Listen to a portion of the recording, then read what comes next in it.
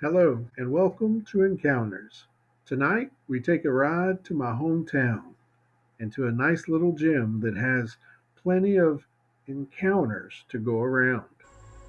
It was a quiet, moonlit evening in Cythiana, Kentucky, when the first accounts of the angry man and the lady in white began to spread.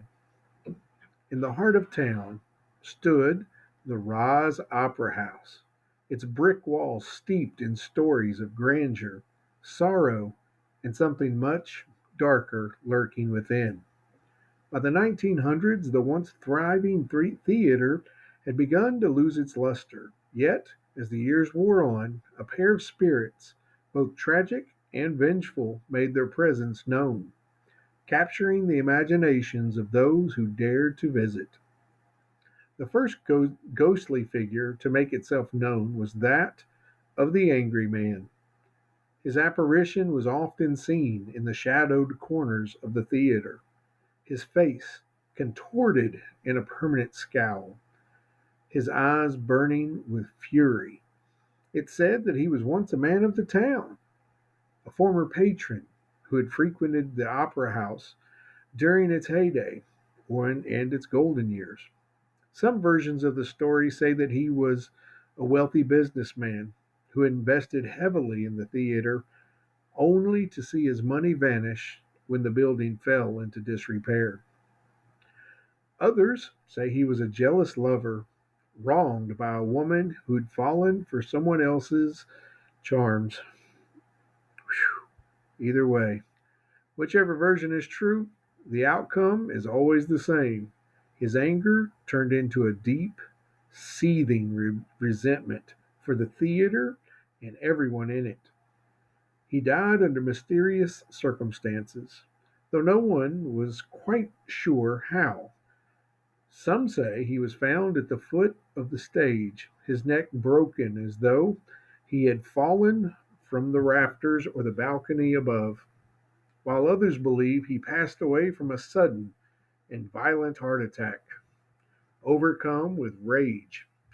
Ever since, the angry man has been said to haunt the building, particularly near the balcony where his furious presence still lingers.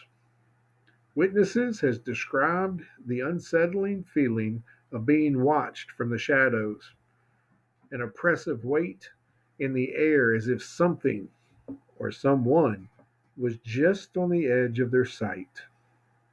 More than one person has claimed to hear the unmistakable sound of heavy, uneven footsteps echoing across the floor as if the angry ghost were pacing back and forth, just waiting for someone to be dumb enough to cross his path. But it wasn't just the angry ghost that haunted the opera house. Over time, stories began to surface about a pale, sorrowful figure dressed in white. The lady in white, as she came to be known, was often seen drifting through the theater, her long flowing gown trailing behind her like a wisp of fog. Her face, though beautiful, was marked with a look of deep sadness, her eyes hollow with grief. Unlike the angry man, however, the lady in white didn't seem to bring a sense of foreboding danger. Instead, she radiated a deep, sorrowful energy, as though she had never truly left the place she once called home. Legend has it that the lady in white was once a young woman named Margaret. She was a performer at the Opera House in its heyday, a starlet whose beauty and talent shone brightly in the local theater.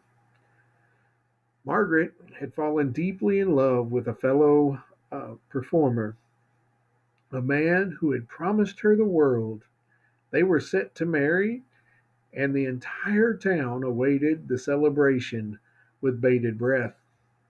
But tragedy struck. On the night of their wedding rehearsal, as Margaret stood in front of the mirror, adjusting her dress in preparation for the big day, her lover, heartbroken and distraught, took his own life backstage. No one knew exactly why. Some say it was because he had discovered Margaret had been seeing another man, while others suggest he was tormented by his own insecurities.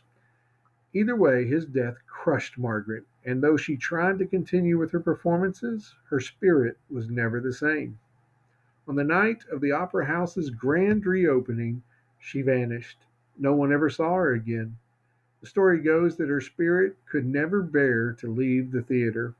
Her heart shattered by the loss of her love, she now wanders the opera house in her wedding gown, the faint sound of a soft sob echoing through the halls as she drifts from room to room, her sorrowful presence felt by anyone who ventures too close.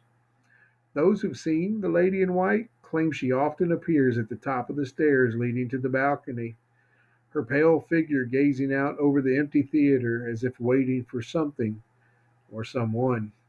On rare occasions, people have even heard her voice calling out softly in the night, calling the name of her lost lover before vanishing into the shadows.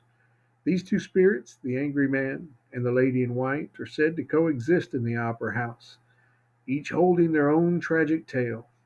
The angry man's wrath and the lady in white's sorrow have intertwined with the building's history, shaping its haunting reputation. And so, the Rohs Opera House stands, still hosting the occasional performance, though now many say it's haunted by more than just the memory of its once glorious past. It's a place where the living may cross paths with the angry specter of a man who could never let go of his rage, or the gentle spirit of a woman who could never let go of her heartache. If you're ever in Cythiana, please stop by the Roz Opera House and pay them a visit. They're open today.